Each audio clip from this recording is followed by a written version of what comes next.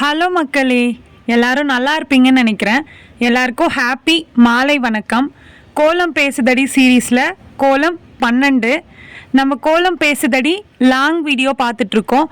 அதில் இன்றைக்கி என்ன கோலம் பார்த்திங்கன்னா, ஒரு மயில் கோலம் வித்து தாமரை, அது கூட விளக்கு, மூணும் சேர்த்து ஒரு சிம்பிளாக அதே மாதிரி குயிக்காக ஈஸியாக போட்டுடுற மாதிரி ஃபுல்லாக கலர் இல்லாமல் ஒயிட் கோலமாவில் போட்டிருக்கேன்.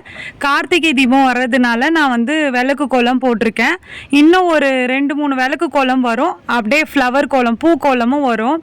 ஏன்னா கார்த்திகை தீபம் முடிகிற வரைக்கும் நான் சொல்லியிருந்தேன்ல விளக்கு கோலம் போடுறேன் அப்படின்னு சொல்லிட்டு, அதனால தான் இது டிஃப்ரெண்ட்டாக இருக்கும். நார்மலாக நம்ம மயில் போகிறதுக்கு எப்போவுமே ஒரு லீஃப் போட்டுருவோம். ஆனால் மயில் கழுத்து கீழே குனிஞ்சிட்டு இருக்க மாதிரி இருக்கும்.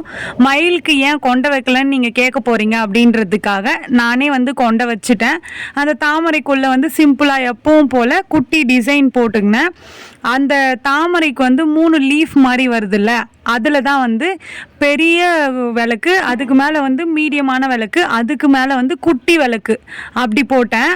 விளக்கு ஒன் சைடாக ஒரே சைடாக எரியிற மாதிரி இருக்கும். அது டிஃப்ரெண்ட்டாக இருக்கும்.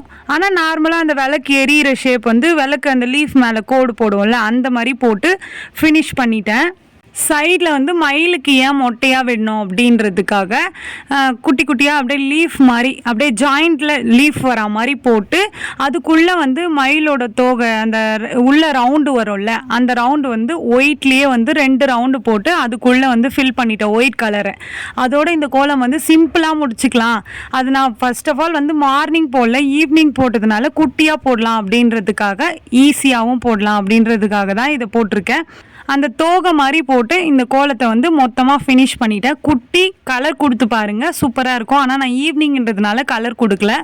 ஓகே மக்களே, இந்த வீடியோ உங்களுக்கு பிடிச்சிருந்தா மறக்காமல் சுந்தரமா ஜெயந்தி சேனலை சப்ஸ்கிரைப் பண்ணிக்கோங்க.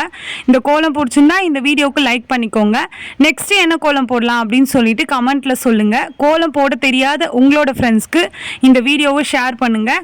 எல்லா இடத்தையும் மழை பெய்யுது, புயல் சொல்லியிருக்காங்க. எல்லாருமே சேஃபாக முடிஞ்ச வரைக்கும் வீட்லேயே சேஃபாக இருங்க.